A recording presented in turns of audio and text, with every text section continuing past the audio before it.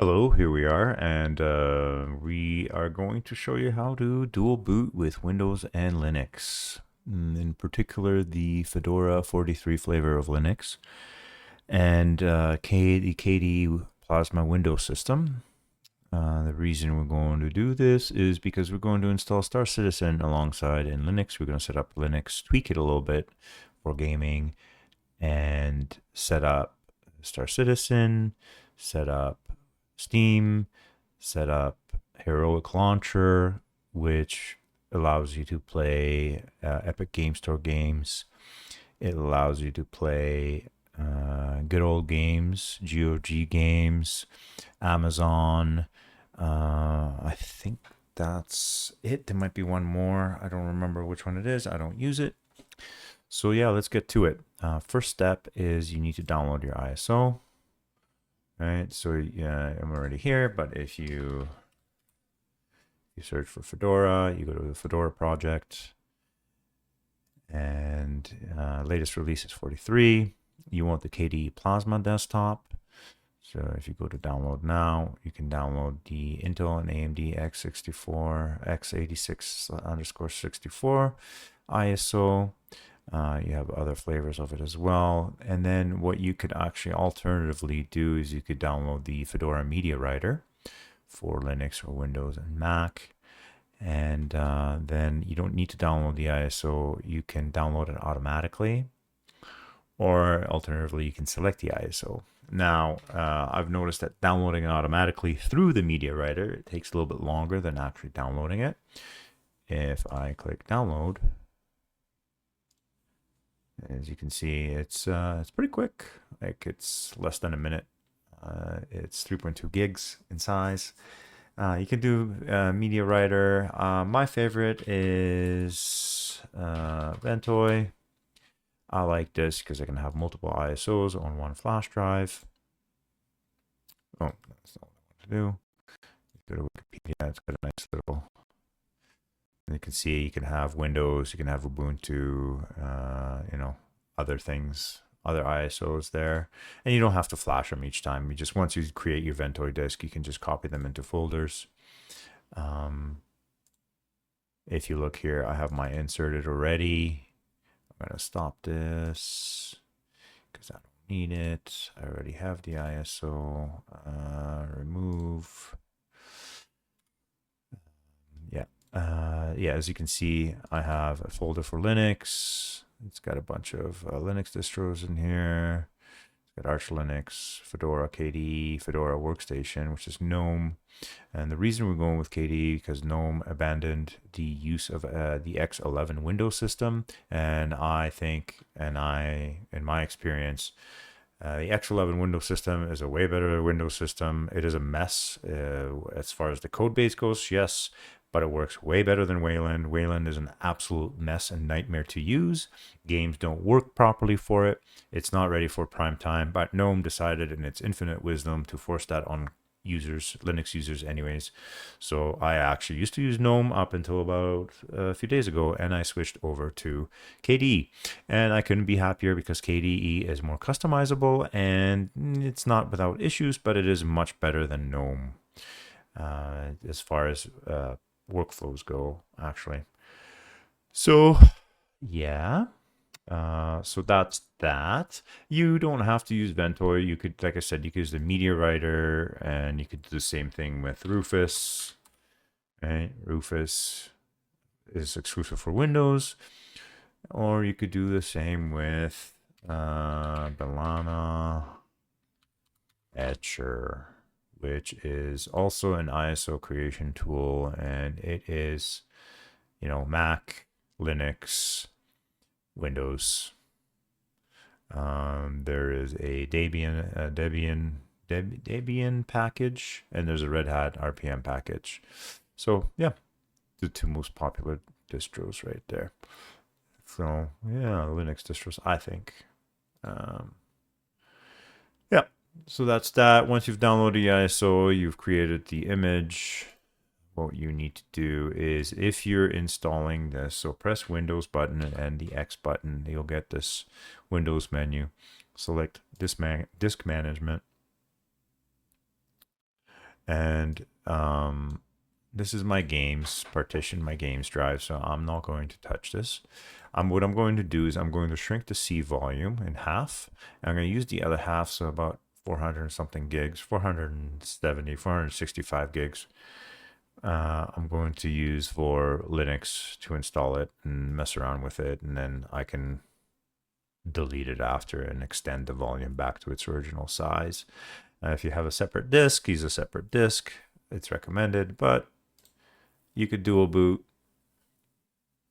And yeah, so what did I say? 470, yeah, 475, something like that. There you go. There you go. 466, 463, beautiful. We're going to install Linux on this. We're going to dual boot, and we're going to install a bunch of games on it. That was pretty quick. Honestly, if you want in the future, you could actually, if you come here to Windows and you don't want to use it anymore, you could just, as you saw, there's a delete volume option. You could do that. And then you could do extend volume once you've deleted it. It has to be in an unallocated state. Then yeah, it'll show you have selected this, and you can go bam, bam, and there you go. Windows has its full disk size, right? Pretty easy. But yeah, you got to make sure you have the space to do that. So what did I say? 475, 475. There you go. Yeah, painless. Painless. Okay. We got the flash drive. We got the ISO. Now we're going to install the operating system. Easy peasy. Okay. Time to reboot and install Fedora alongside Windows. As you can see here, it's only half available. The other half is going to go to Linux, the better operating system. Can't play everything, but it's still better. Here we go.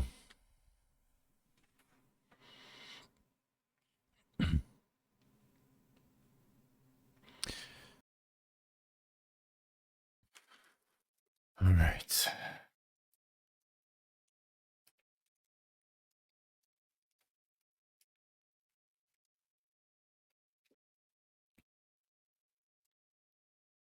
Boot settings, boot option.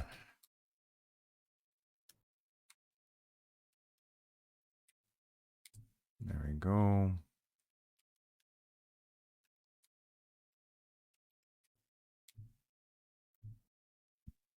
Let's boot from the flash drive.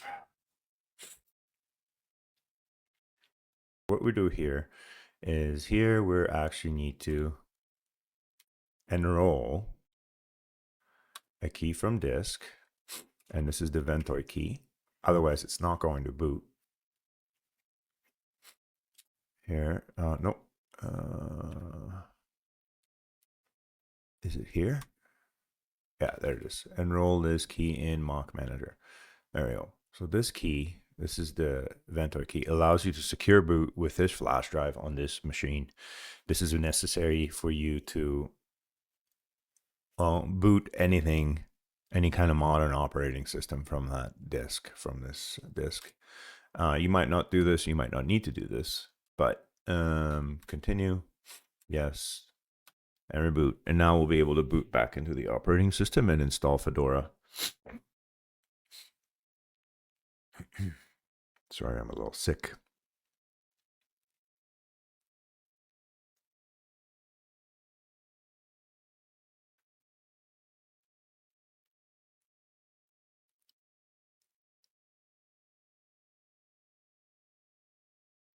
Yeah, see, there you go. Now it's working. There you go. Now we're going into the live disk for Fedora. Oh, no, I don't want to test the media.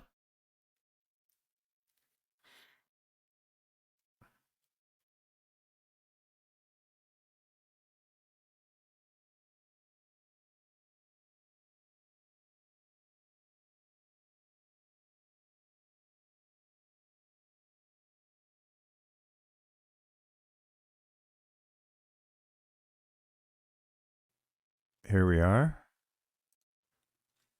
We're going to install Fedora Linux. We're going to close that down. That's not necessary. It's just asking you a bunch of questions that are not necessary. We want to install it, so we click the install to hard drive at the top left there. It's going to initialize.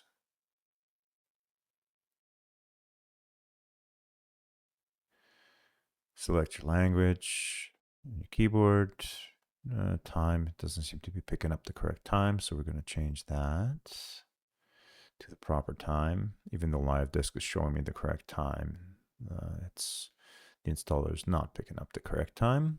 So let's do that. And enable automatically select that. We're going to change the destination. That's where Windows is installed on that disk. You don't do the reclaim. Not necessary, we already did that. You can encrypt the data. Basically, it's going to encrypt the contents of your home directory. Not necessary. Add your username.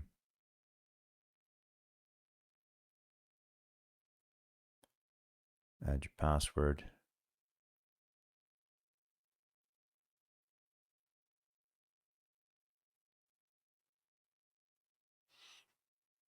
Let's try that again.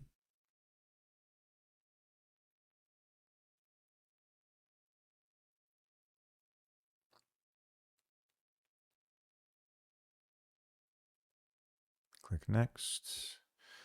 And this is what the setup's going to look like. Install, and we're off to the races. Just wait for the installation to finish. It's going to take a little bit of time. And that's that.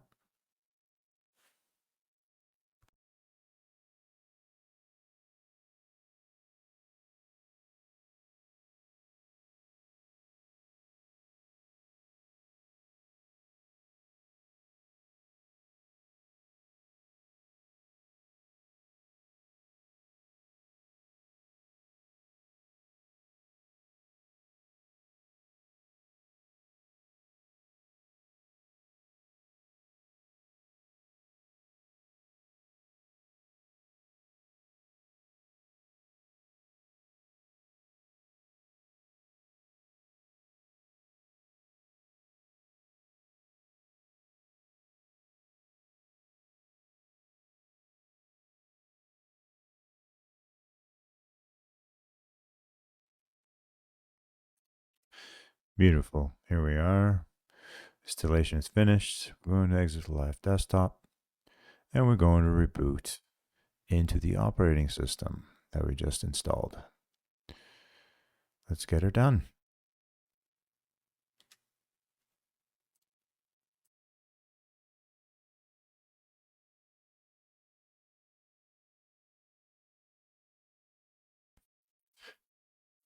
Okay, next step is to enable the boot. The boot needs to be enabled. Need to make sure that the first thing that the operating system or the drive is hitting is the Fedora installation. That means we have to go back into the BIOS. And then once we're in here, where is it? We go to boot. We go to, we change it to Fedora.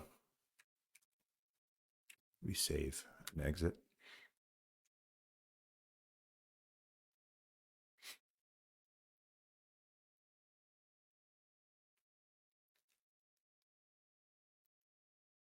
Once we save and exit, we'll be taken into the Grub boot manager. And from there, you can boot into Fedora or Windows. It doesn't matter.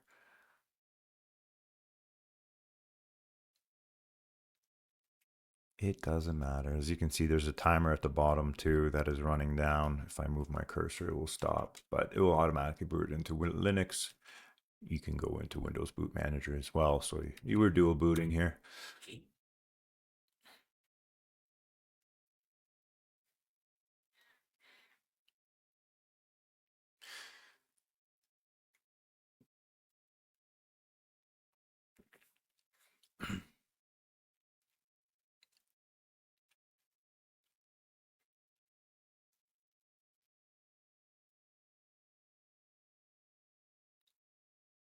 All right, let's log in.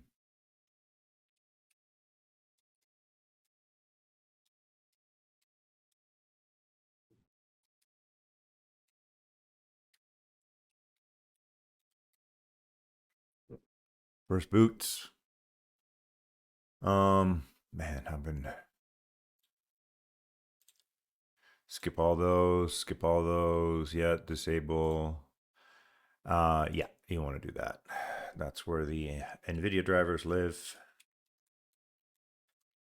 And we're doing everything for Intel and NVIDIA. I don't mess around with AMD's hardware. I have no interest in it. I used to, not anymore. It's just too unpredictable. We're gonna finish that. Yeah, there are updates. That's the next thing we're gonna do. First thing we're gonna do is we're gonna configure the panel, and we're gonna disable the floating panel because in with escape with NVIDIA drivers, the panel impacts performance, and we don't want to do that. Let's go to dark theme. Let's apply that. Next thing we're going to do is we're going to change the settings of console because we're going to be working in console quite a bit. You want to be comfortable while you're doing that. I have a large screen, so I'm going to increase the text size and the size of the console here. And we're going to go to appearance, change the font. I like 12 is good, 13 is better.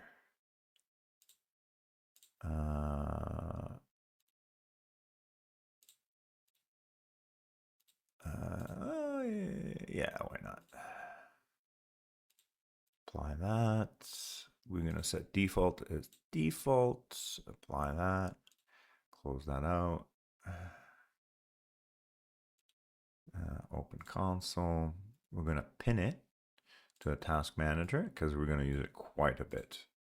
So as you can see, it's not going to resize it until you reboot, but we're looking at about like something like that size. Okay. So first thing, I mean, okay, so I'm doing the update manually. You can do this through here. Right? It's fetching all the updates. Let's do it how anybody else would do it. If you want to do it through here, the command is sudo dnf update-y. Yes, you run that, and it asks you for the password. Put in the password, it'll update it. I like it this way because I can monitor what is being updated, right? Basically here, yeah, see qt update, lots of updates. It's a big updates. It's a system upgrade, which means the kernel is being updated. Our current kernel version name is that's our version. I think it's going to update to 17.7.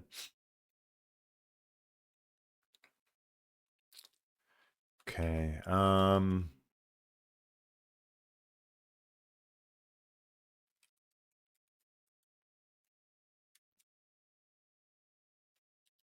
Let's not, you know what? I'm going to do it like anybody else would do it. So through the discover, just hit update all.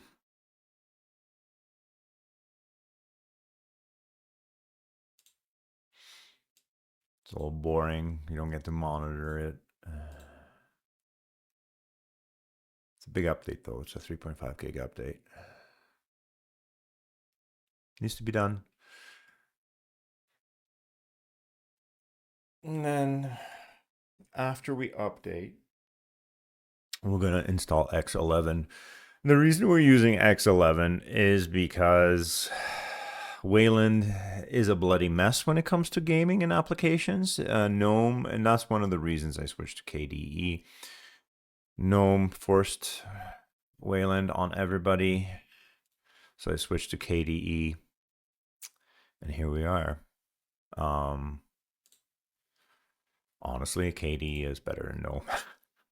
I didn't want to say it. I'll use GNOME for like the last 3 years, 4 years, longer, 5 years, and I finally switched to KDE. Just for productivity, KDE I find is better. You have more granular um, modifications you can do to the operating system. Not even modifications, but settings, more granular settings in the operating system with KDE. With GNOME, you have to install a bunch of extensions, and yeah, I mean it works, but KDE is better. I feel like after using GNOME for 3-4 years or whatever, and switching to KDE in the last month, I find that KDE is way better for productivity for me. Next update, I'm going to install KDE exclusively and remove GNOME. I still have GNOME installed on my gaming system, but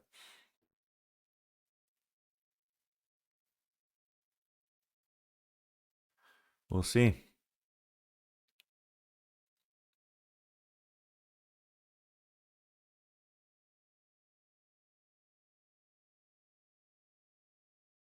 There might be some subsequent updates after this in the operating system. One thing you want to know though is Fedora gets updated a lot, like a lot. I check for updates on a daily basis. Sometimes I have, usually, also too, Fedora 43 just came out, so there's going to be a lot of updates. Usually after a few months, the updates relax. Fedora release windows are every 6 months, so Fedora 44 will be here in 6 months. New Year, December, New Year, probably New Year like March, April, May. I think, yeah, something like that. October, so November, December, January, February, March. Yeah, about April window. That's when the next release will be. Usually there's fairly seamless updates. They don't break a lot.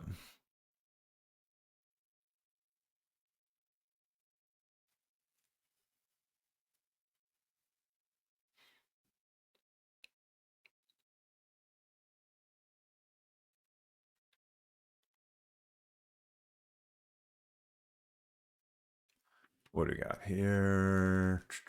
There we go. So that's the new kernel version that just got installed. Let's boot into that.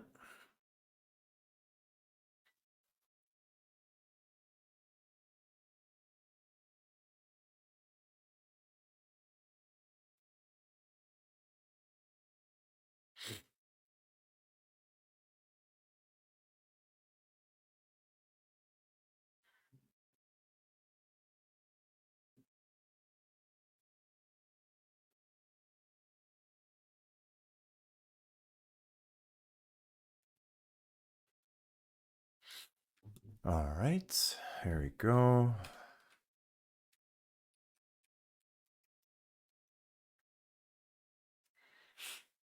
Yeah, you want to fully update the operating system before you do anything. Yes, sure, thank you.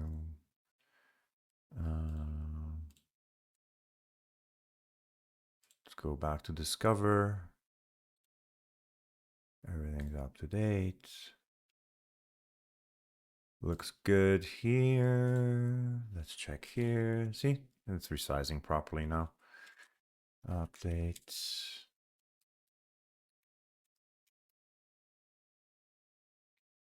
What? Unknown or oh.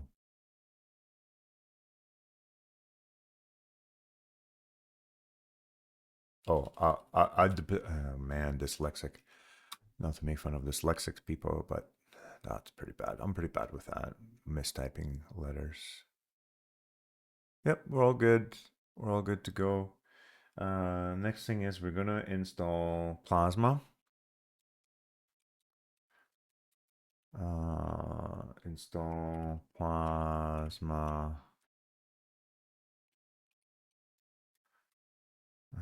X11.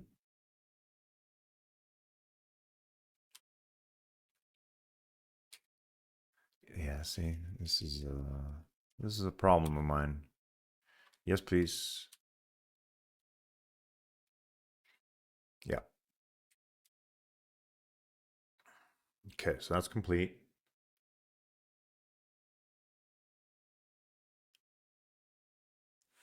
No errors, no warnings. That looks good. Let's exit that. Let's log out of the session.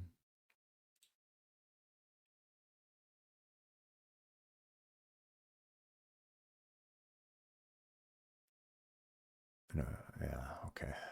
So Plasma X11. That's what we want. We log back in.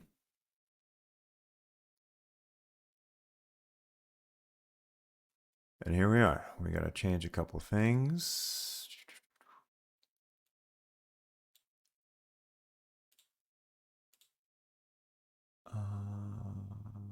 Yeah. I think with X11, I have to log out again. Log out. To apply the scaling. Are you fucking up on me? No, it's just taking its sweet time. It's because it doesn't have the driver installed.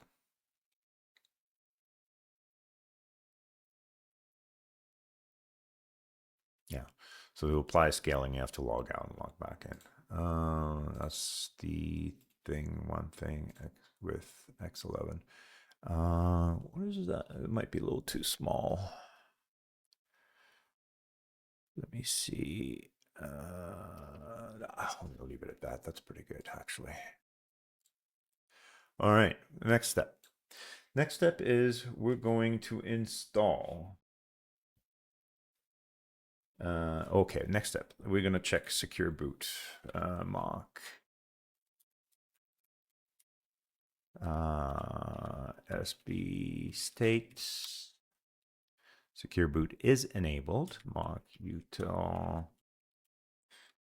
We're going to list, shortlist. Okay. Fedora CA, that's the root certificate that was used to enroll this operating system. So the next thing we need to do, we need to install the kmod tool, akmods, dkms, and OpenSSL. So while I was talking about DKMS and installing it, I feel like it's a niche thing that not everybody would benefit from. The reason I talk about DKMS because in my environment, I have wireless Xbox controllers and I use that to install a package called, I use that to sign a package called X1. And what X1 is a kernel driver for Linux. And this is not the correct one. No, this is the wrong one. This is the wrong. Where is it? I don't know. Anyways, it's essentially a Linux driver for an Xbox wireless dongle. And I use DKMS basically to sign that driver. So every time my Linux kernel gets updated, it signs the driver and it installs it. That way my updates are seamless. But that is not necessary because you can actually install X1 from Copper. As you can see here, if you add this repository and use these instructions here, you don't need DKMS. You can just install that, and at some point I should probably do the same, but my current gaming system is using DKMS and I still use it just for that one instance. If you want to install DKMS, the instructions are here.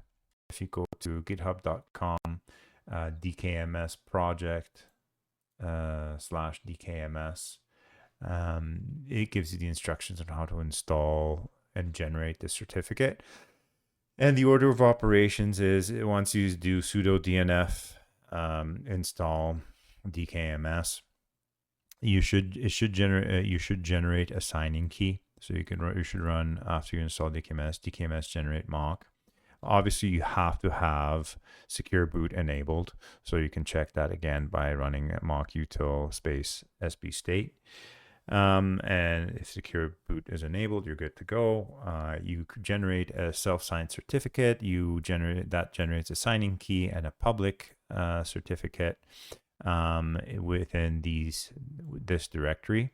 And then all you do is you just import the public key via mock util. You're going to be prompted for a password. To enter password twice, you reboot, and you get the mock management window. You enroll the mock, continue, say yes, enter the password, reboot, and you're good to go. Then you can install kernel modules, and they'll persist past kernel updates.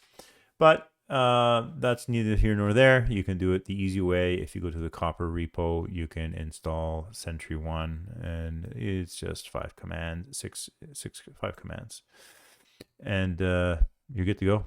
And these are up-to-date drivers. They get signed on your system, I believe, without DKMS. So there you go. Yep, that's all I wanted to say.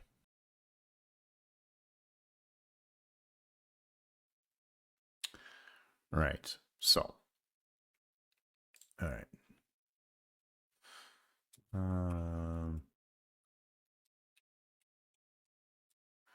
Okay, secure boot is enabled.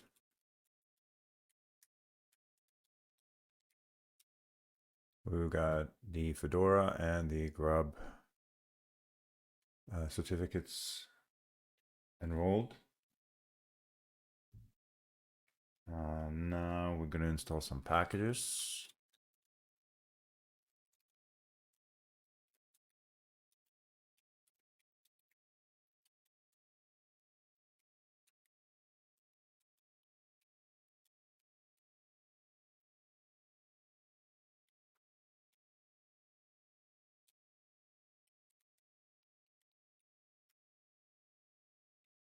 Yes, please.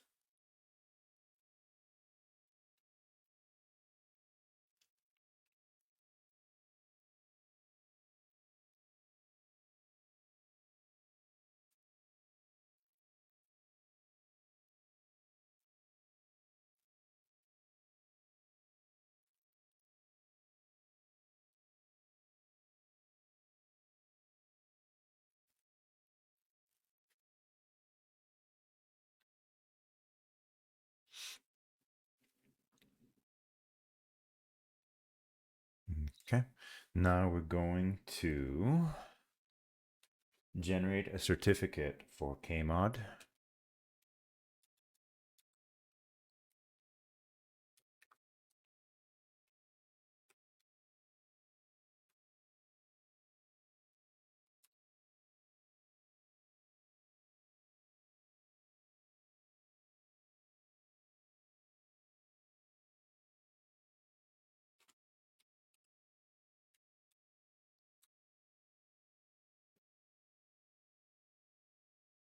Okay.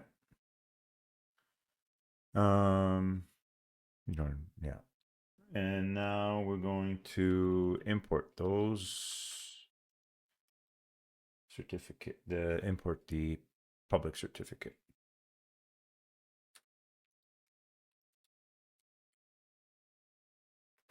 We can copy and paste, copy, paste.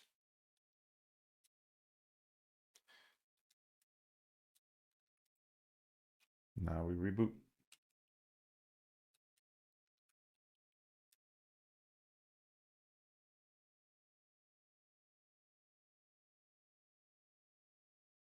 And we enroll the key.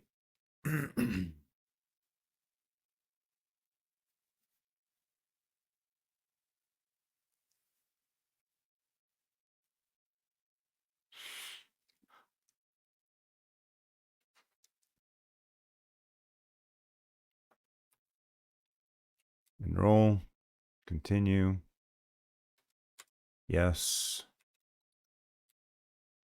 and reboot.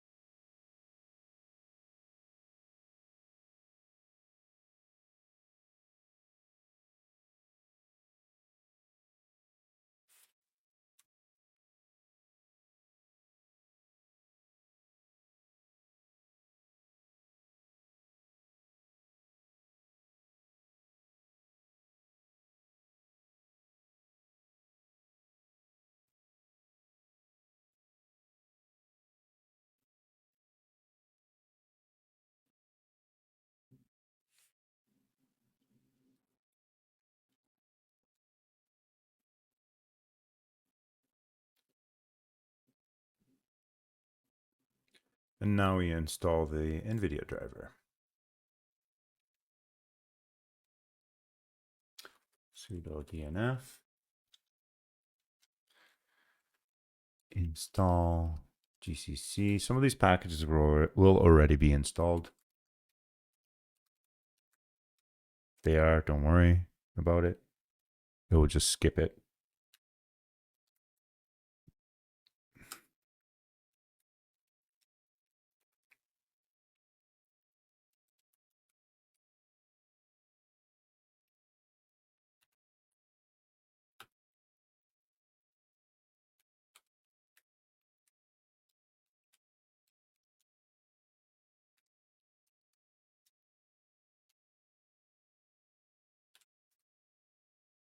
Okay, we're going to copy and paste this. Control Shift C, Control Shift V,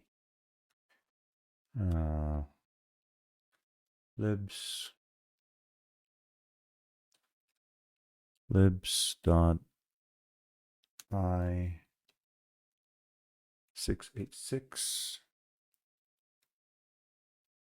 and then CUDA.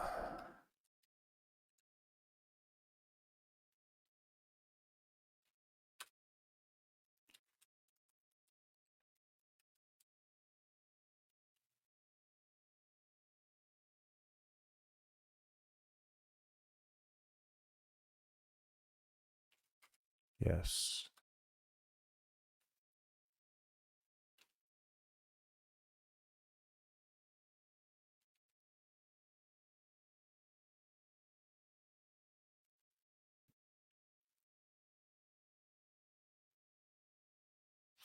Okay, now we're going to force AK mods to sign the kernel module.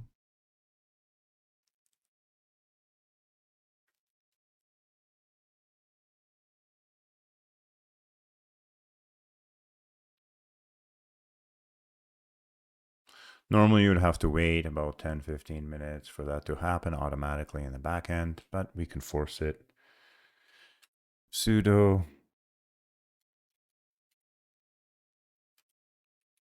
and let's update the kernel. I actually don't know what Dracut does. What does Dracut do?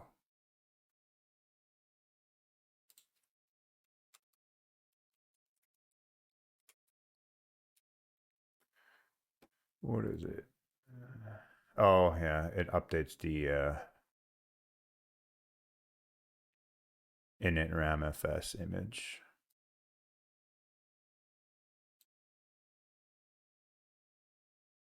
Dracut creates an initial image used by the kernel for preloading the block device modules such as IDE, SCSI, or RAID, which are needed to access the root file system, mounting the root file system, and booting into the real system. Yep, sounds good.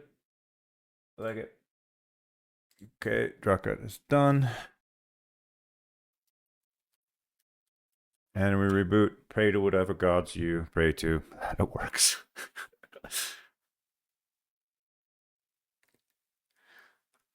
And that is the order of operations. Do not skip the order of operations because you will create a mess.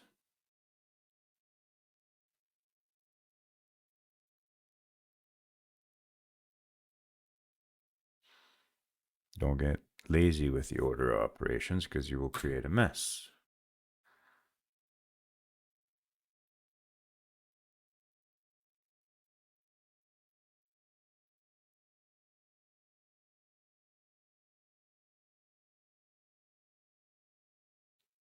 That's a good sign. Is not complaining about the kernel module for the NVIDIA driver. Let's see if the NVIDIA driver installed.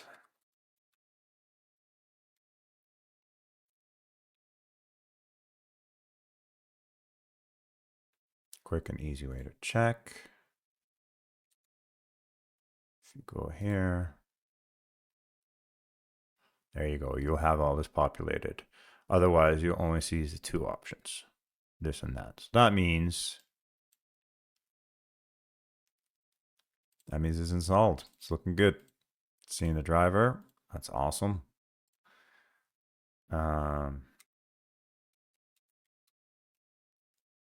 Beautiful.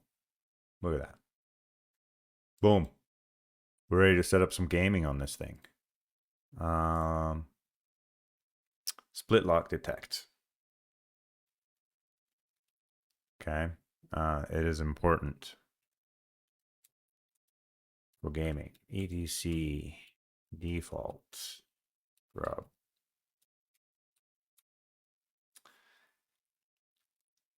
This needs to be in your grub file. Without this,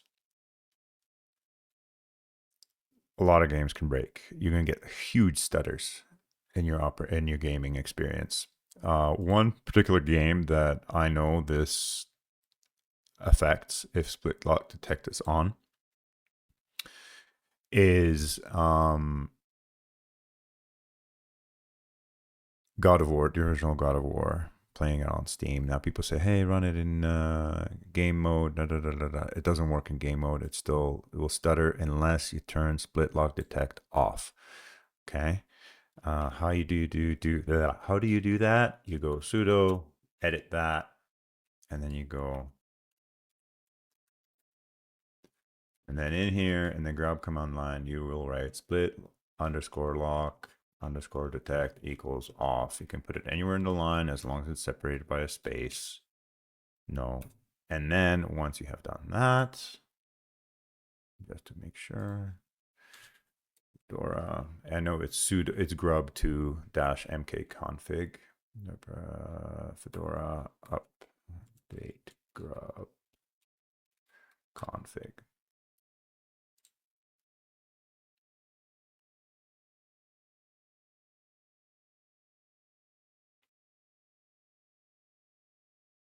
Yeah. So the command that you will do is that you'll type in here grub2 .mk config -o etc, right? Sorry, not etc, boot grub2. And one thing you will need to do this sudo grub2 and then grub config grub. I can't see it right now, but if you do this, right, and you go to cd boot grub, you can see the file is there, right? So again, you update your file with the split lock detect. You will do make grub2 make config -o boot grub, and then you're going to do grub.bfg. You'll hit enter. It's not going to change anything.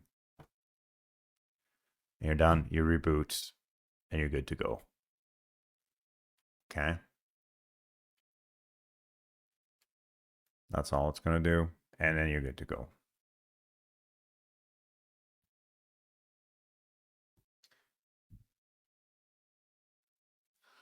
Okay. Now that that is done, what we need to do is we need to install, for Star Citizen, we need to install the lug helper. Okay. There's two options here. You can actually pull the lug helper, up-to-date lug helper 4.5 from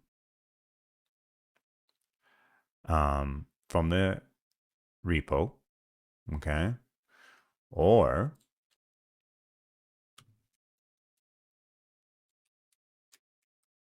you can go did I spell that? Oh, it's COPR. You can do this. Let's see. What version is this guy on? 451. So this is an up-to-date one. Let's see. There's one here too. Raw Fox has one. Oh, obviously it's abandoned. Finished one. Yeah. What pack? Yeah. Yeah. 2.8. Yeah. So screw that guy. Jack Rayner has an up-to-date lug helper. Okay.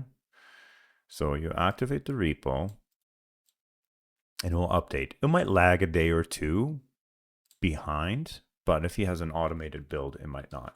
It's not a huge helper.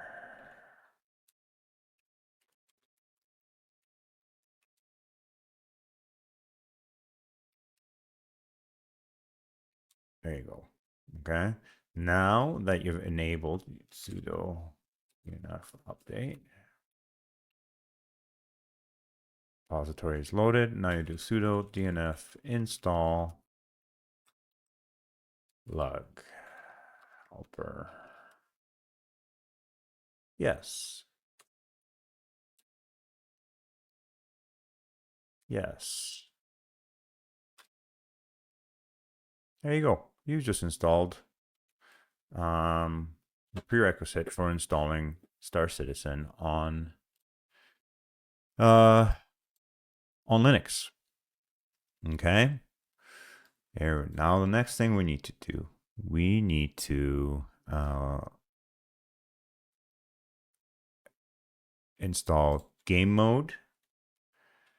No, you don't need game mode for this, but you will need game mode if you're going to install Steam or anything like that. So sudo dnf install game mode. Yes. Okay. Now we're also going to install Mango HUD. Yes. Mango HUD is an overlay that can tell you your frame rates and all that kind of stuff. And I'm going to install. Oh yeah, local send is not available. I need to download the RPM. It's nice to transfer files. I have some files that I need to transfer and demonstrate later. Okay, so that now we need to enable anti-sync.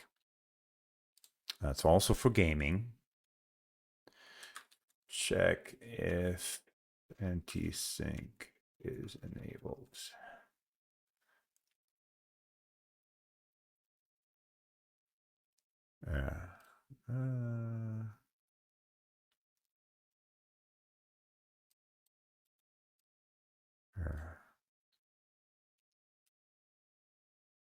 It is not.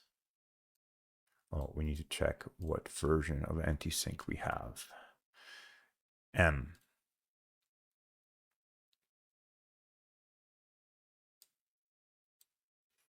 Okay. There you go.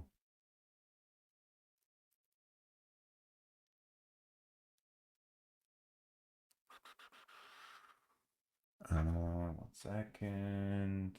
I have notes.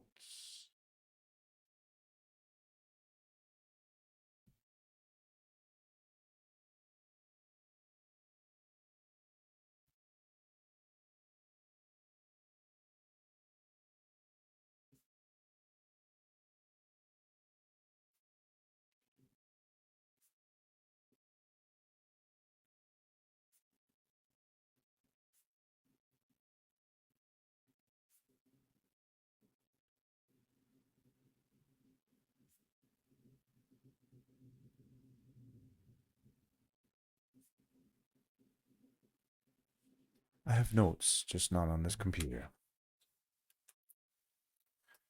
So.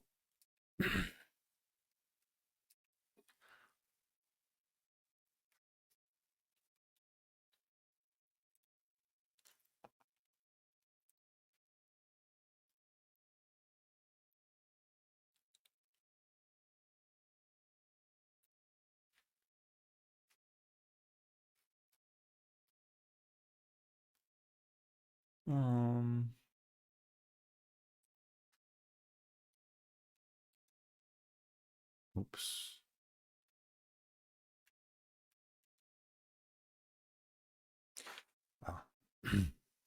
Okay. So we need to, yeah, we need to,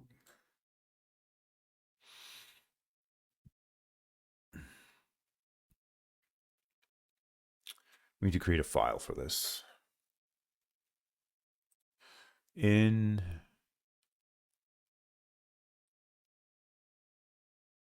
we need a kernel version 614 or newer, right? So we need to create a file in etc modules load d anti-sync conf. And in that file, we need to just put one line. We do a one-liner. Okay, so we're going to change directory over to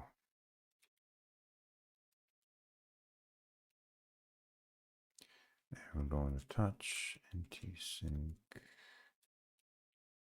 conf. No, sudo. Okay. Sudo nano anti-sync. And in here, we just type in anti-sync. That's only for M. If you're, that's in Fedora for M. Anything else, you're fine. And then we can enable the module without having to reboot.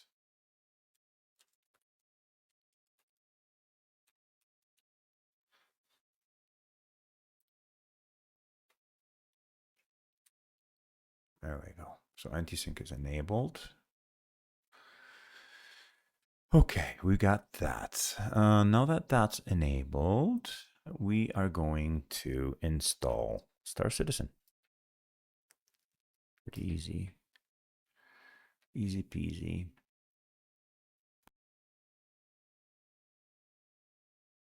Okay, we're done in here for now. Close that. Log helper. And that's what this is for. Ah, there we go. Okay, so here's some optimizations that are going to happen. Greetings, Space Penguin. And this tool is to provide by Star Citizen Linux users group to help. It looks like it's first time. Let's open up the wiki. That's the wiki. Spectrum announcement.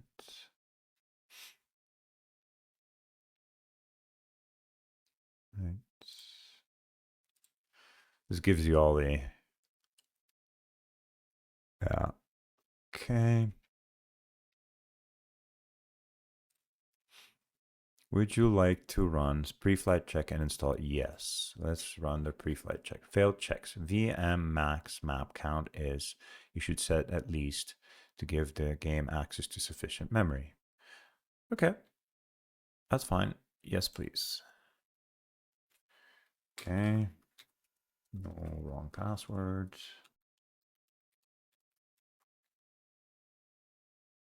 Has been added to da da da da da. Okay, sounds good. Yes. Yeah, sure. So it's downloading the runners.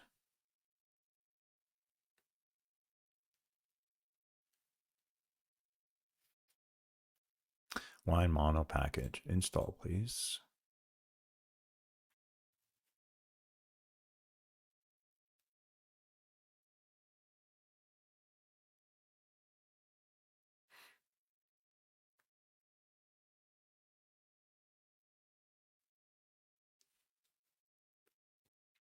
Wine prefix is installing RSI launcher.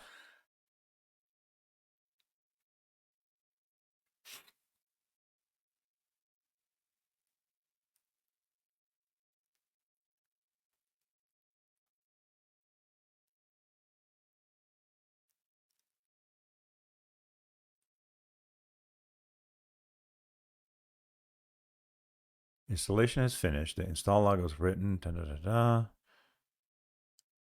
Yep. Do not change the default path. And start stated in SC launch. Okay. All right, let's check what the wine runners are.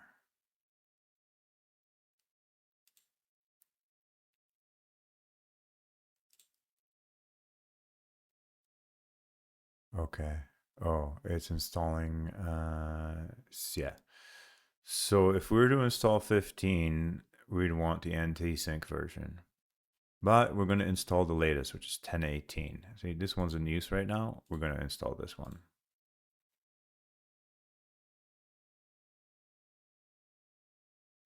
Perfect. Okay, we're going to go back. Okay. We need the DXVK NV API. So this is the NVIDIA specific DXVK. DXVK converts what do you call it? Vulkan or DirectX to Vulkan. And this is the specific one for NVIDIA cards, which allow you DLSS scaling in Linux. Okay, so we're going to do that one. Install it. You can do it manually too through the wine prefix, but they built this all in, which is nice. It's quite nice. Very good work.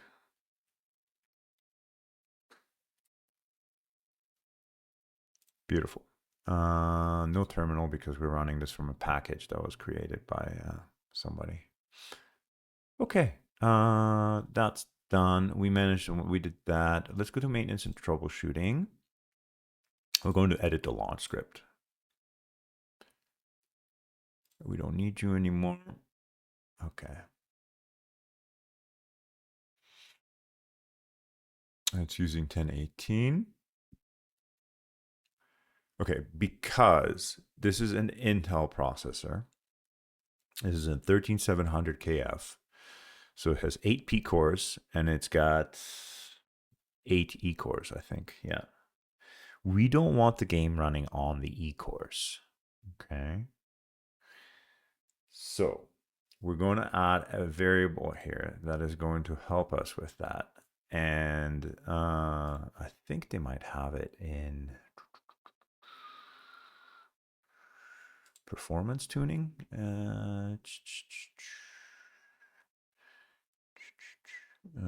Yeah, right here. They have it here.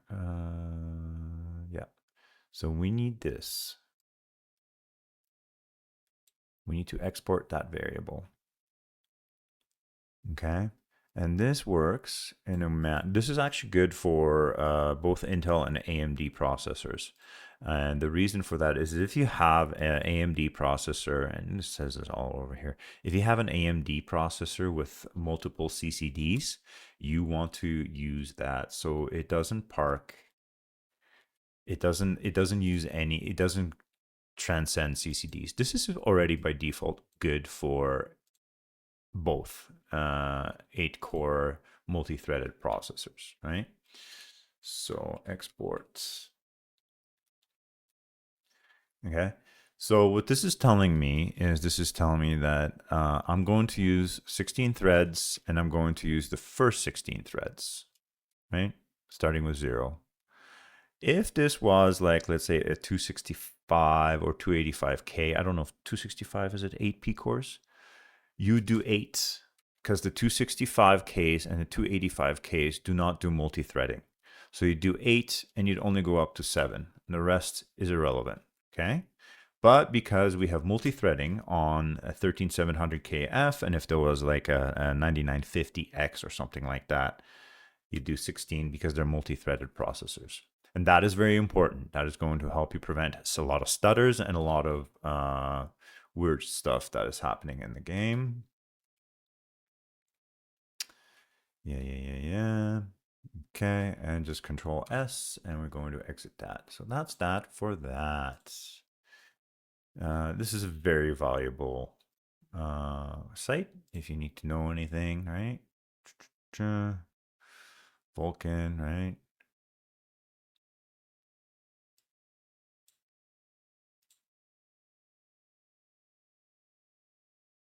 Yeah.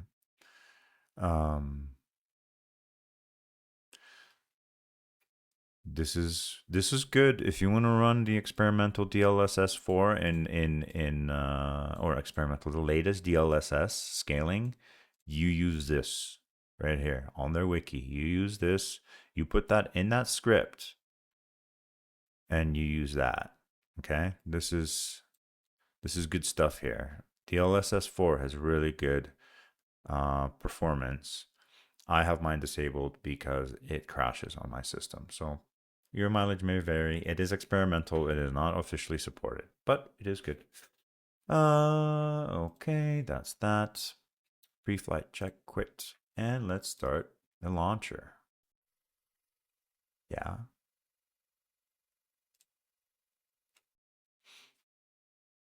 Let's pin this. Pin. And now we have to log in. Right?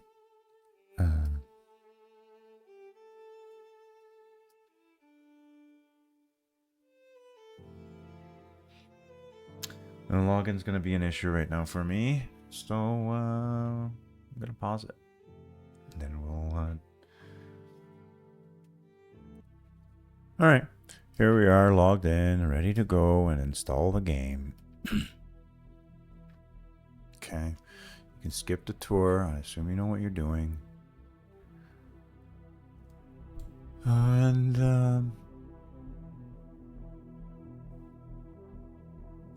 632. Install game. It says install to the default. It will install in your game directory. How big is the installation? 56 gigs for the base package. Probably another 130 after that, unless it's compressed.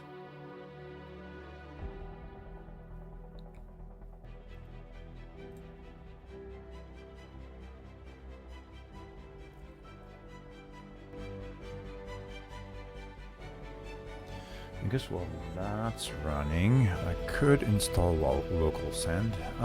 You don't have to do that. I'm just doing it because I want to send some files over there. Local send.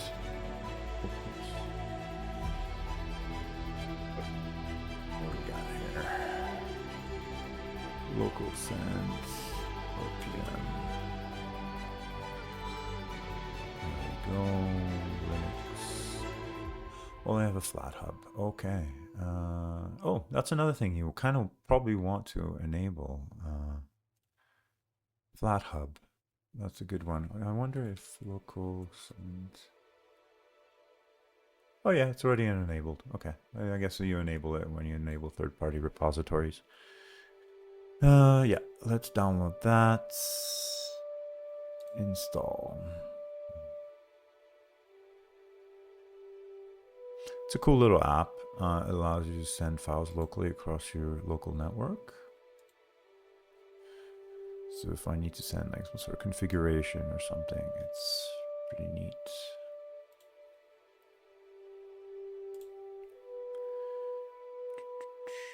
The epic music is playing. Yeah, like for some reason the first time it installs something, it takes forever.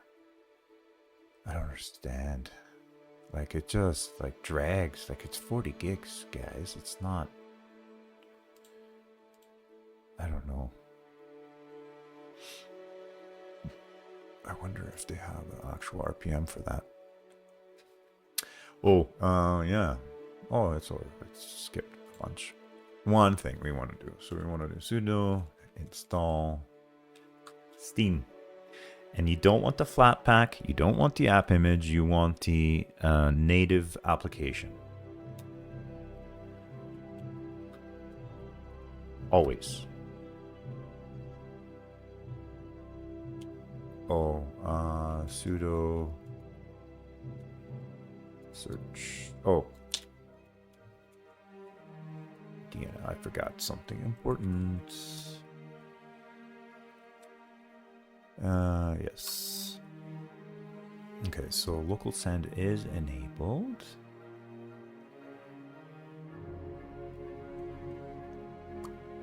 Steam is being installed. It's a beautiful thing. Oh, one more thing we want to install after Steam. We want Proton Qt or Qt up. Proton, I don't know what it is. Type in Proton.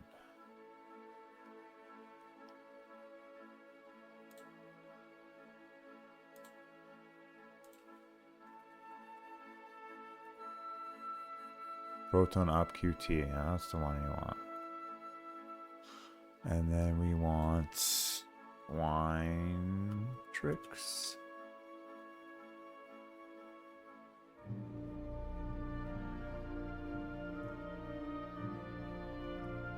You want... You don't need it. This is basically what the lug helper does for you automatically. It's good to have. It's very helpful because you can edit things inside of the wine prefix. What a wine prefix is basically wine prefix tells the DirectX calls, if they are DirectX, the DirectX Windows calls, it doesn't tell it. It's like a settings for that.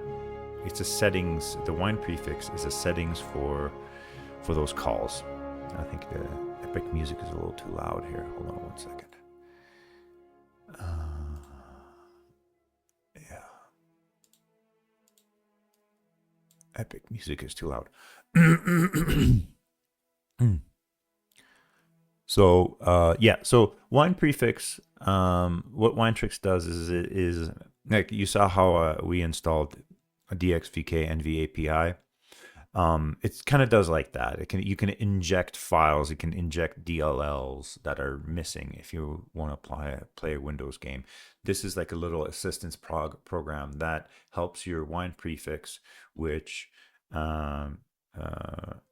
allows certain files to be run, I guess, and certain configurations to be set up before it translates from Windows to Linux. So it's like a middleman that does some lifting. So that's good to have. We installed Mango HUD. Mango HUD is the overlay, and the reason there we go. So, oops, why did it do that? I didn't want to do that. Cool. So Steam is installed, and let's see Steam. There it is. And like I said, you generally want to opt for the native package, not the Flatpak or the app image. If you can install the native package, install the native package. However, you have options. Options are always good. Did Steam just crash on me?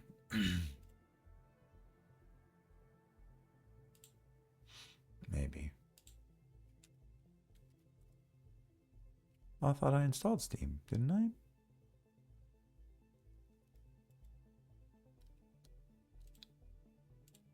Okay, what happened? It's crashing on me. Let's see.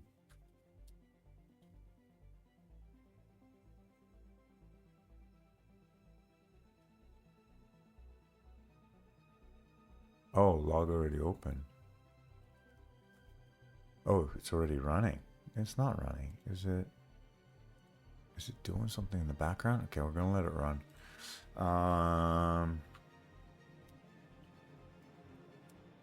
Let's see, where's Steam? 17354. Oh, yeah, it was doing something in the background, probably setting itself up for the first time. Right.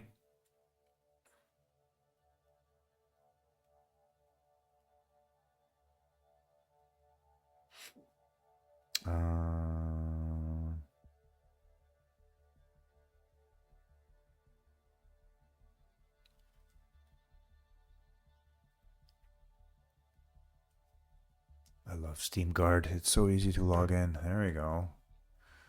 Loading user data.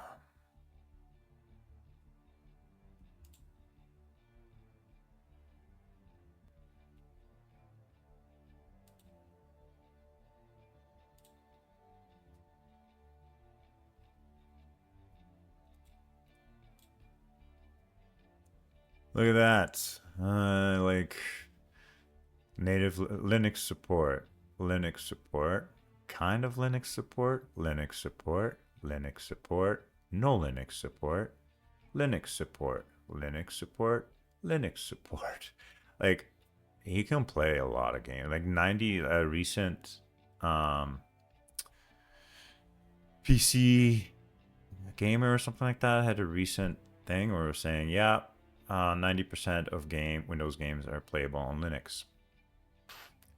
You know what? That's great. I like that. Kind of Linux support for Gray Zone Warfare.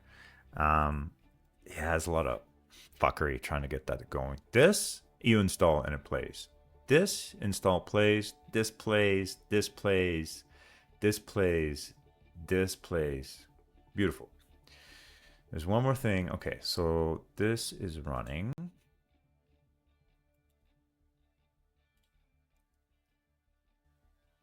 Okay. Next thing. Oh, I'm going to show you what Qt does.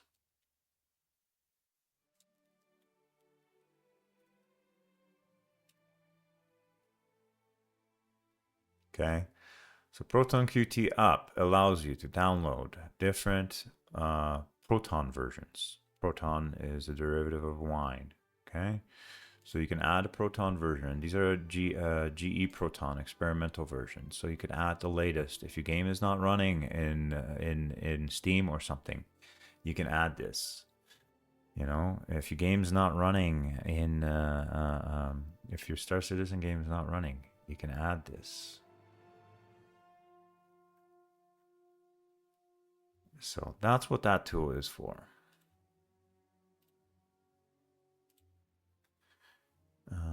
Okay. And yeah, just let it run. Okay. Almost there. Almost there. I just have to set up Mango HUD here. Oh, oops.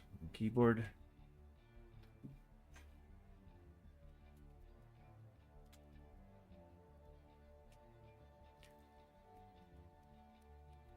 Okay.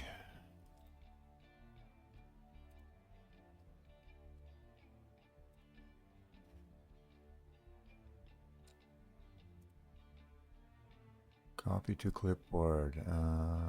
Let's open up some sort of notepad. Okay, right.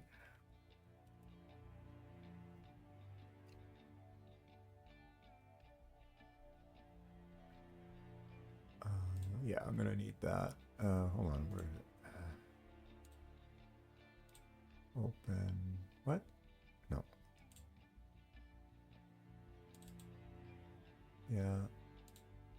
And so we're gonna do a Mango HUD configuration here.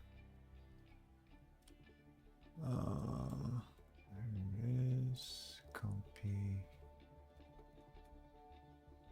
We need to create a file, a configuration file in that space. Oh, look at that. It all got screwed up.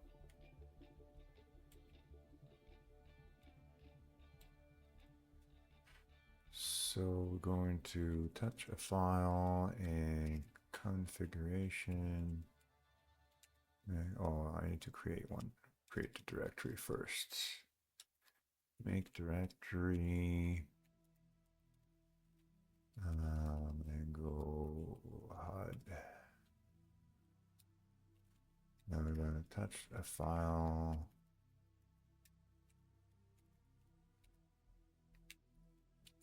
Mango HUD.conf. And now we're going to edit that file. And we're going to paste Control-Shift-V this in there. Slow overlay so we can monitor frame rates and stuff like that. Yes, please. Okay, now that we've done that, we can close that window. Okay. We can close this as well. Yeah, don't worry about it. And here we're going to enable this. and save it, Control S. And we're going to close this. We can close this.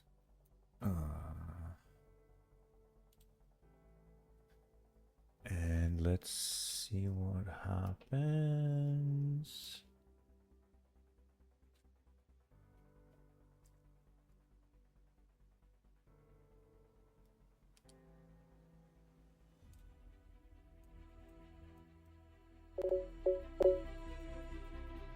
Okay, we're gonna have to restart this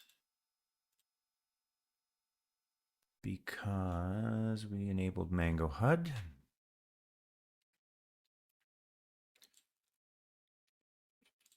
Yeah, we're at a good resolution. Here we are.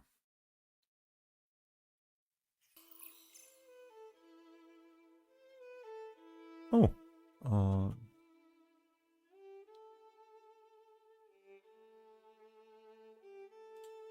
here we go. Let's see what happens.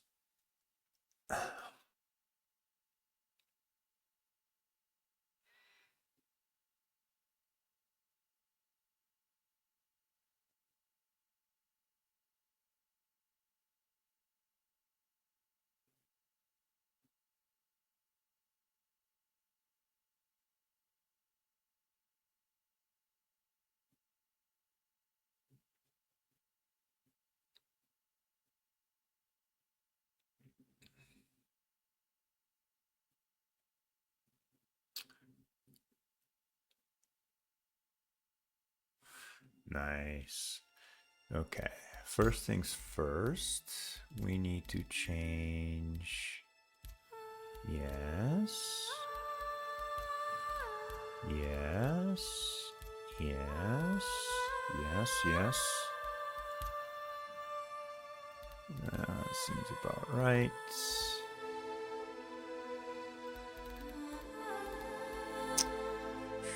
Let's see here. We went to the 4090. Should be able to handle it.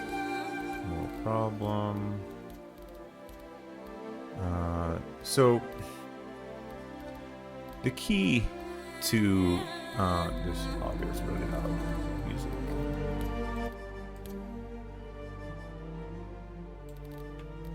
Okay, so the key to, oh shoot, did it? No, it didn't. Right. The key to having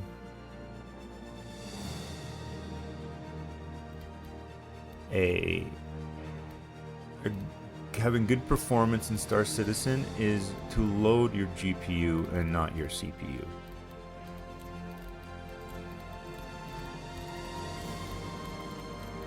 Right? And we do that by setting all these things very high. I mean, you have to play with that.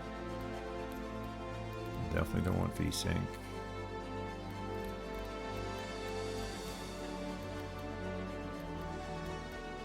Nope. And yeah, you can't tell right now, but you won't be able to tell until you launch into the PU. So you unload anything from your CPU to your GPU. And the way to do that is do not play it in 1440p because that will load your CPU as well. If you go into play in 1440p and you have a decent video card, crank your graphical settings. And that's why I have Mango HUD up, because Mango HUD will tell me how much my GPU is being loaded. If my GPU is not being loaded anywhere between 70 to 100%, then it's not working properly. In the menu systems, you can't wait. Oh, the other thing is you have to switch to Vulkan. I find you had way better performance in Vulkan than you do in DirectX 10, especially in, I mean, for me, that's both in Windows and Linux. But now you have to wait for the shaders to compile.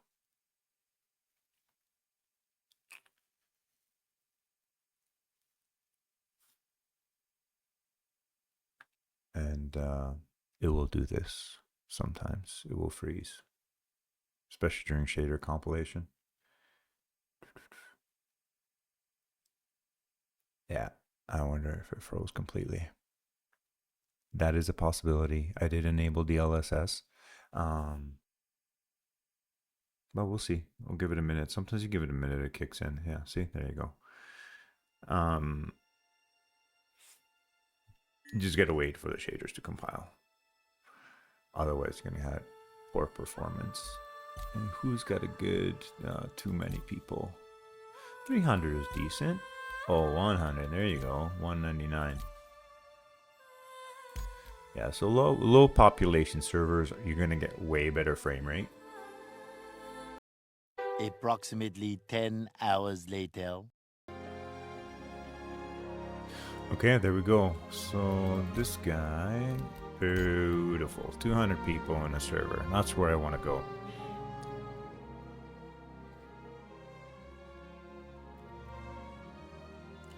Do a quick demo.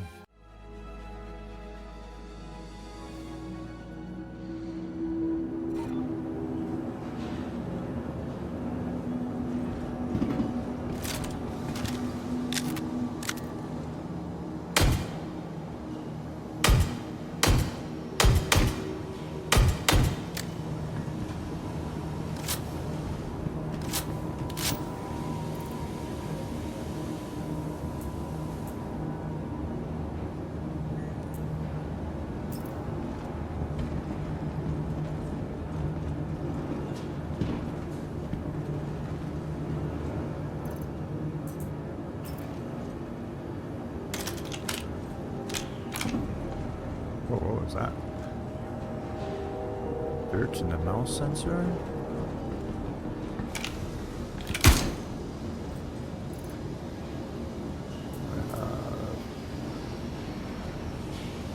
For AR ammo.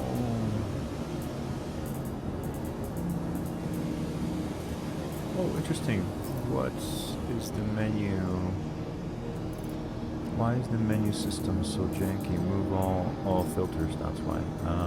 Weapons, ammo, P4?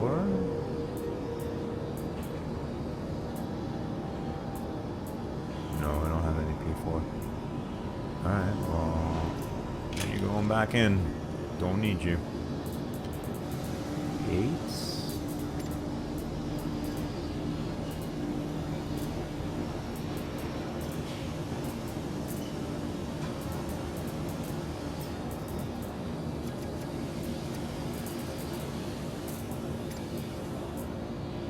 Okay.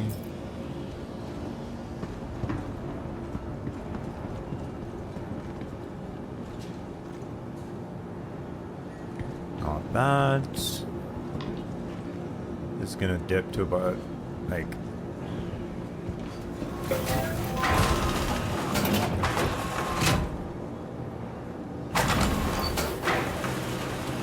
the CPU being loaded between 60. I mean, it's gonna drop in the elevator. Wow, it's gonna get really janky and choppy up here because this area is always about 50 frames and there's not a thing you can do about it.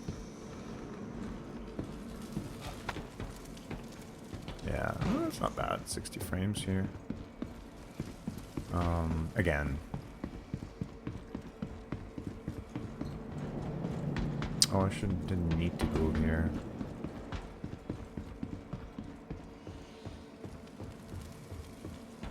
Not bad at all. I got to say.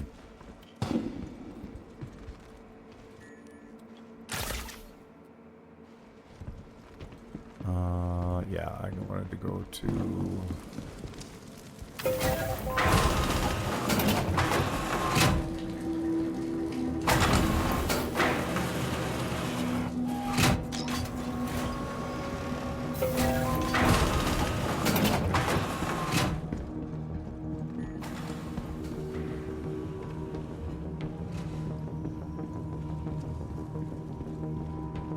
One thing I did notice with Linux is your frame time. So if you look at my FPS up there, it's about 80, 78, 83.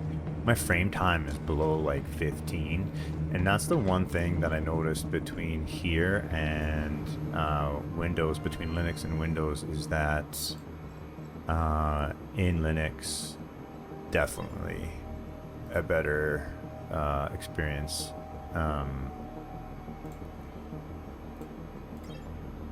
With the frame time.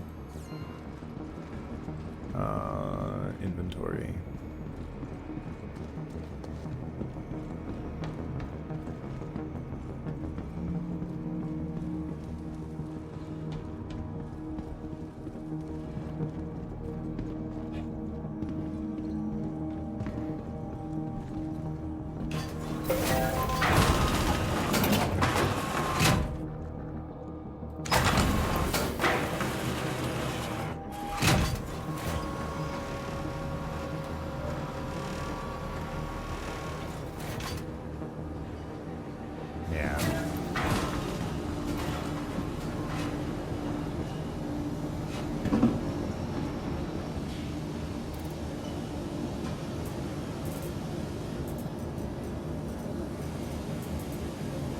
Already had to.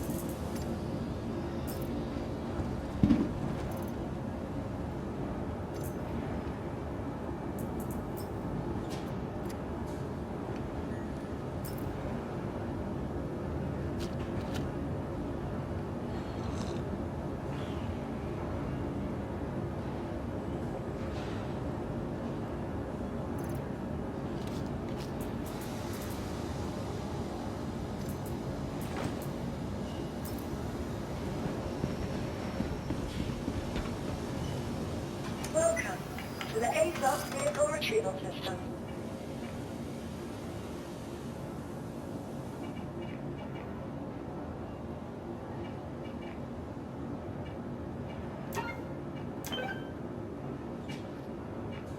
Please visit us again. Goodbye.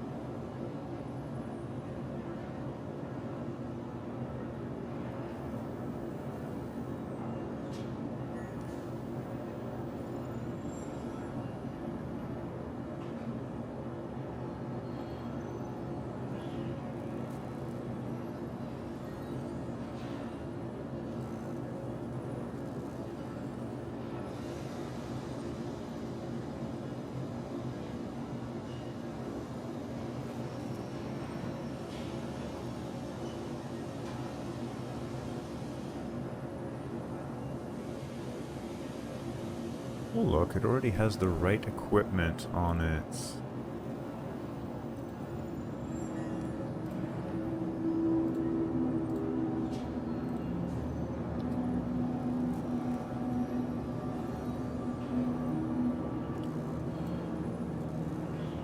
Okay, looks good.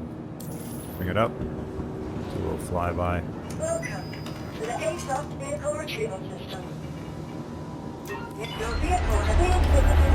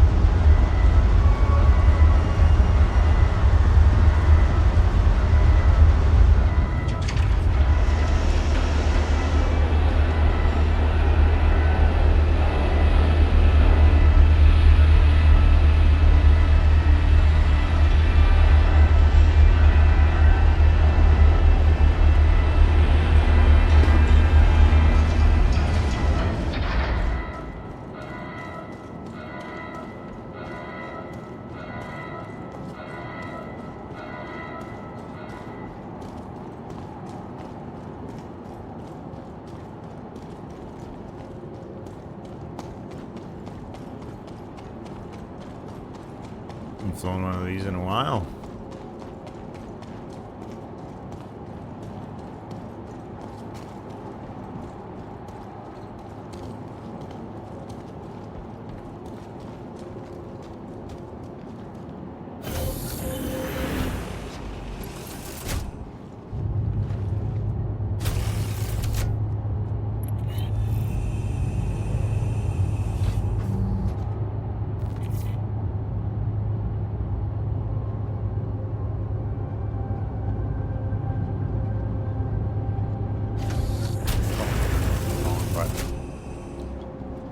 Ugh.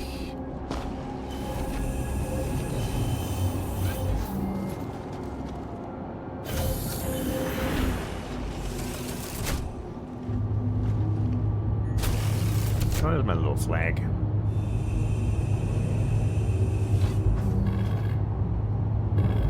Aegis combat assist activated. Systems green.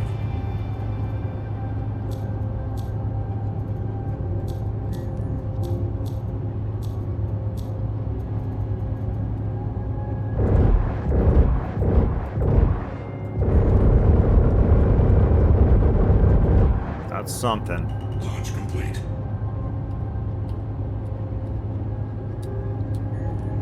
Oh, gotta make some changes here.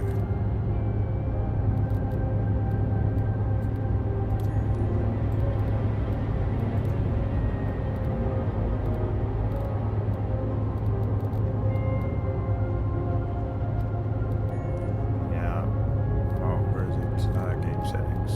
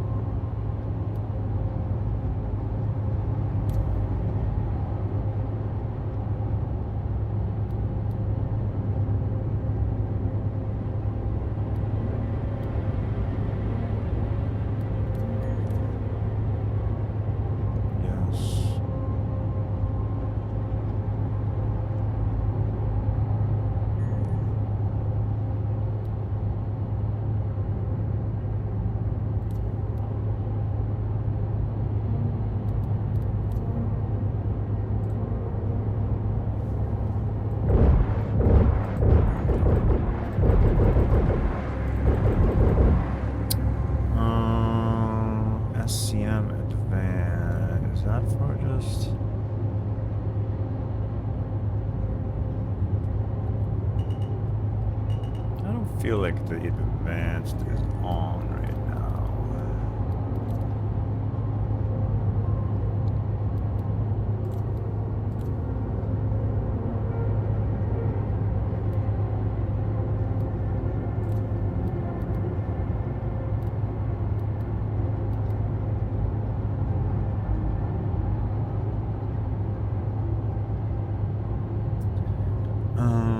Advanced. Where's advanced HUD?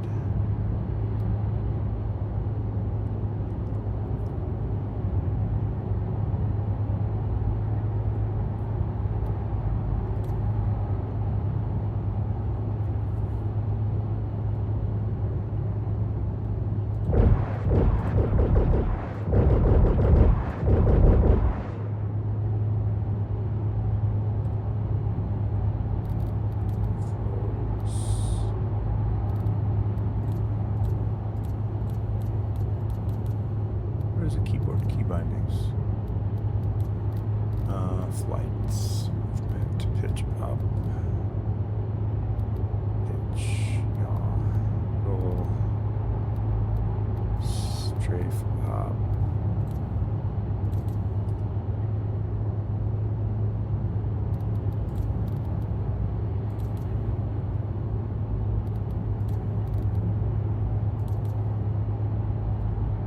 Yes. W. Yes.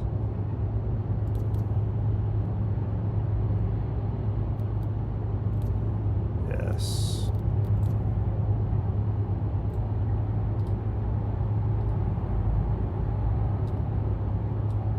Shields offline. Shields online.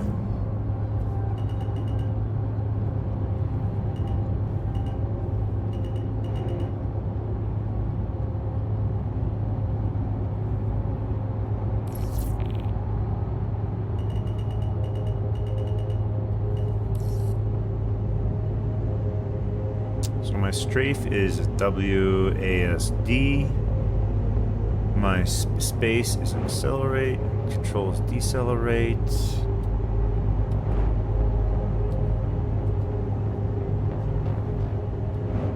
X is brake. Right in the middle. Strafe up.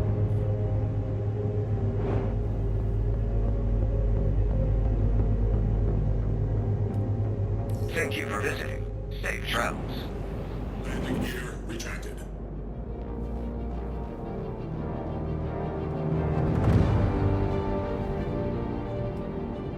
It's fine. I'm gonna get way better. This is kind of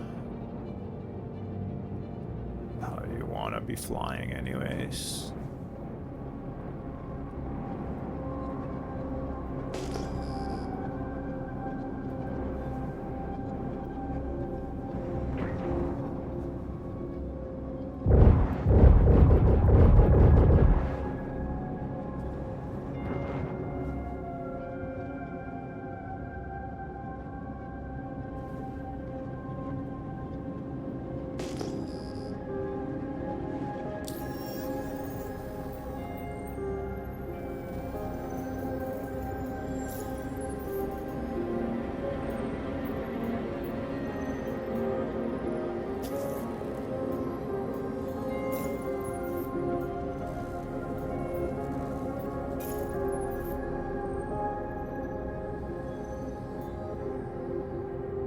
Okay, Onyx. Okay, hope you're ready to tackle this one. Just keep your head down and you should be able to get it sorted.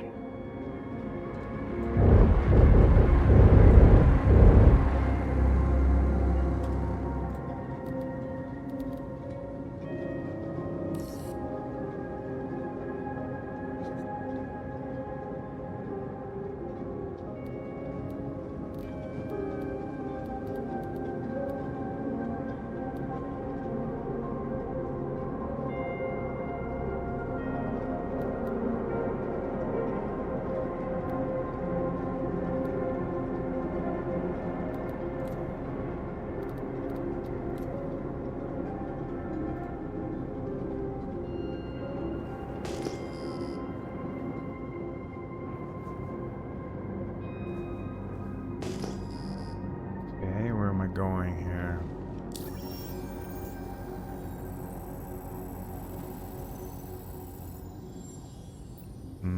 Oh, I gotta go to fucking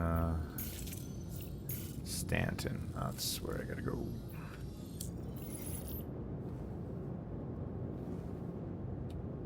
Shields offline.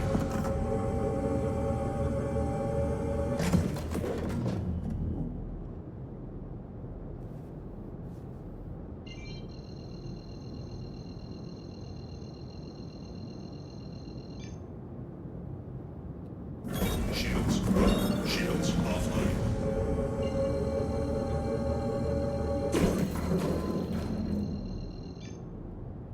Auto travel initiated.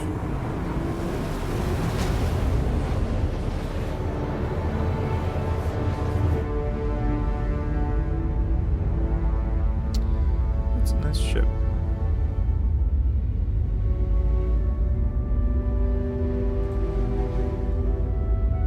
It's got 4 size 3s. Stealth. Yeah, nothing wrong with that.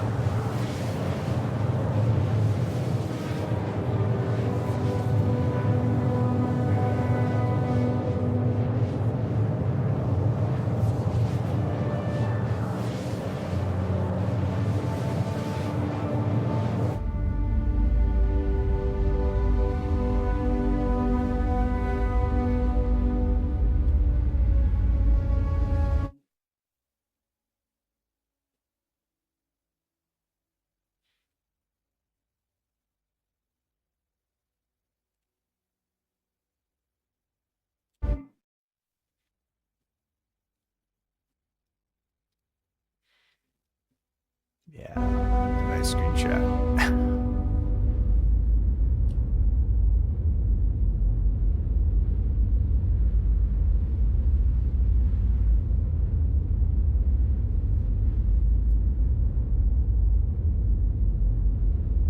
Nice ship.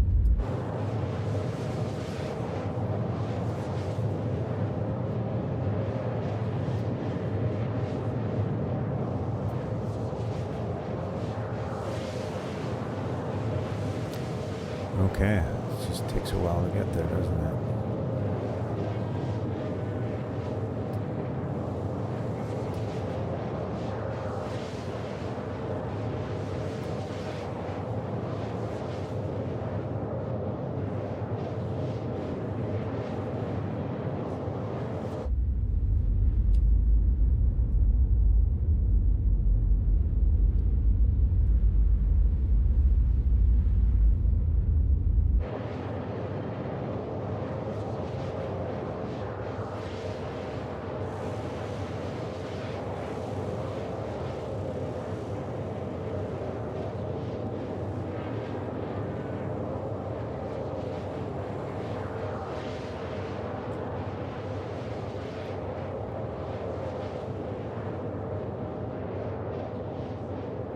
This quantum drive is a little slow.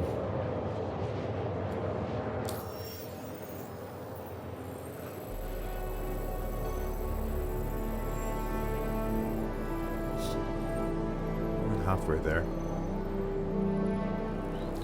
Yeah, 5 minutes. They gotta do something about that. It's just boring.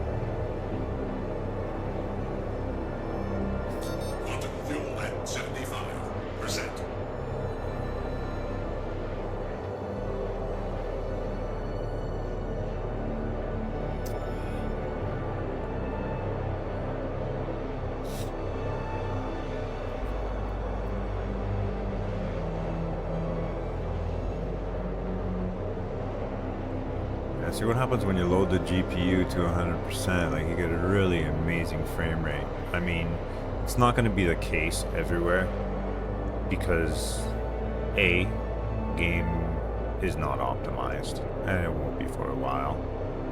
And B, it's just because it's going to dip because this is a live service game. It's got live servers, it's streaming entities. But the idea is you want to take any kind of processing off of your CPU and put it on a GPU. And once you do, you get pretty decent frame rates. Like it still dips down to the 60s, but it doesn't matter. Even with the 5090, I still dip to 60s. And but it's a better experience, right? It's a way better experience in my experience. In my experience, it runs a lot better on Linux than it does on Windows, at least for me, and that is all hardware dependent as well. Hardware matters. Your combination of hardware matters. Your operating system, as far as Linux goes, matters, and as far as Windows, your operating system version matters as well.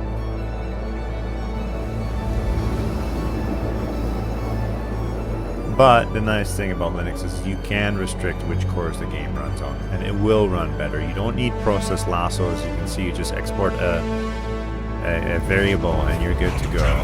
There we are.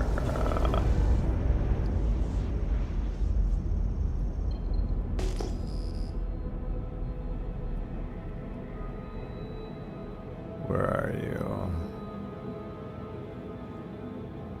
Oh, there you are. I'm already on the side I'm supposed to be.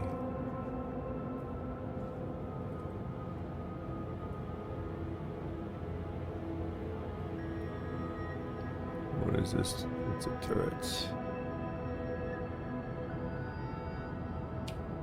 Shields online.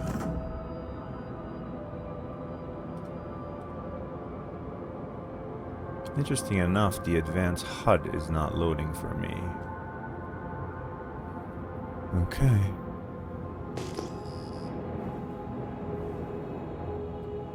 Shields offline.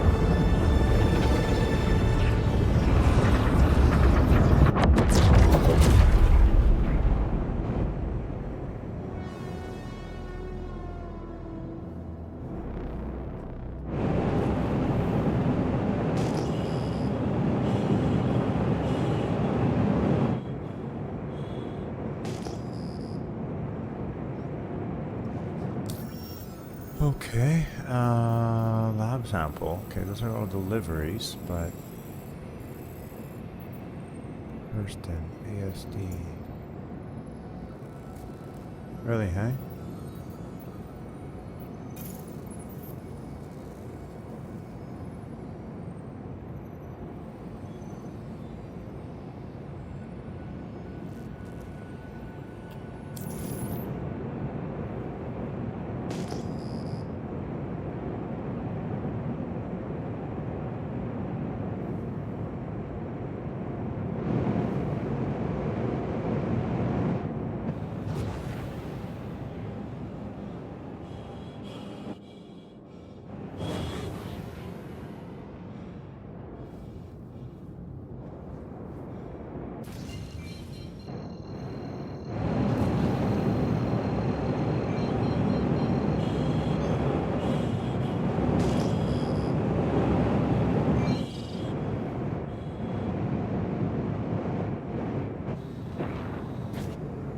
Shields online.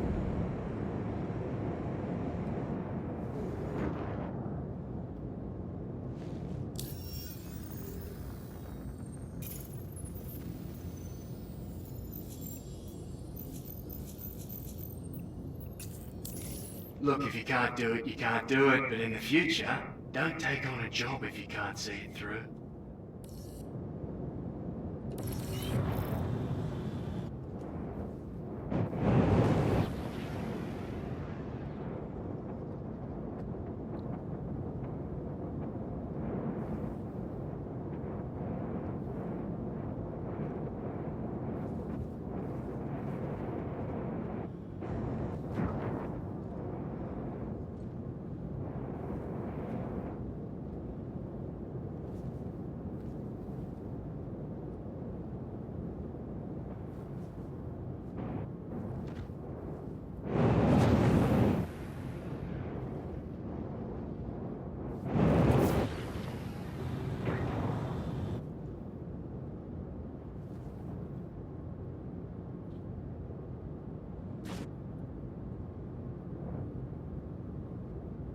Landing gear deployed.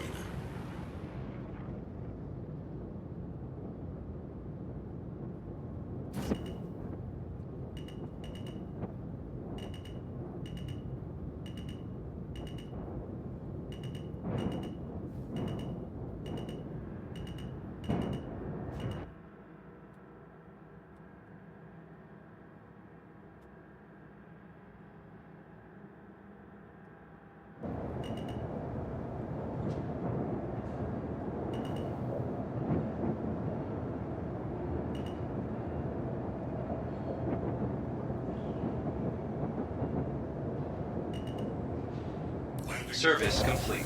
Connection terminating.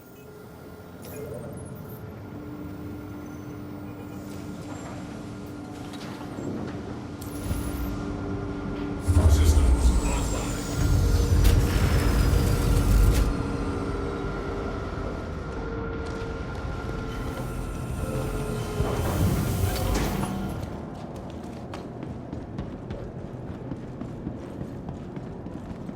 Yeah, it's pretty good.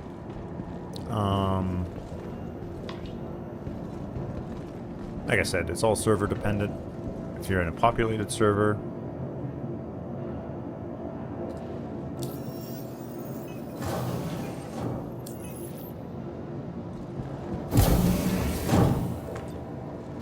you're gonna have shitty frames. If you're a mid-populated server, you're gonna have better frames.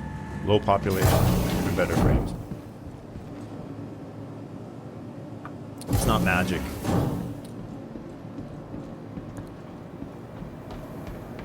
I can hear I'm getting like high frame times. Hey. Ah, nice, yes. Hurston Dynamics, Pyro Gateway. Right, I forgot about that.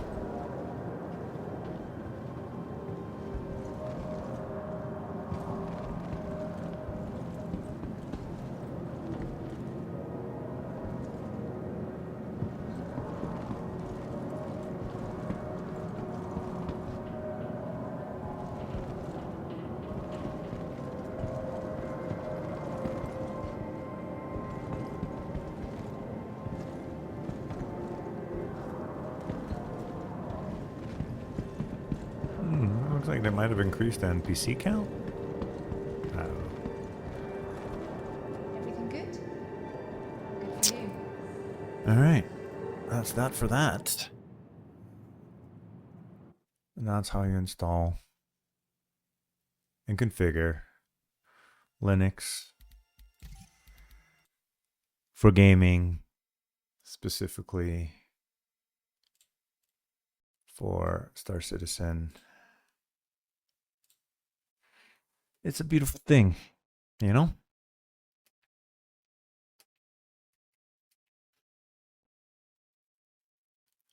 I might do another video with setting up gaming in Heroic Launcher and how to game with Epic and stuff like that. Yeah, I might do that. That might be a good idea. Anyways, that's that for that. That's it for now.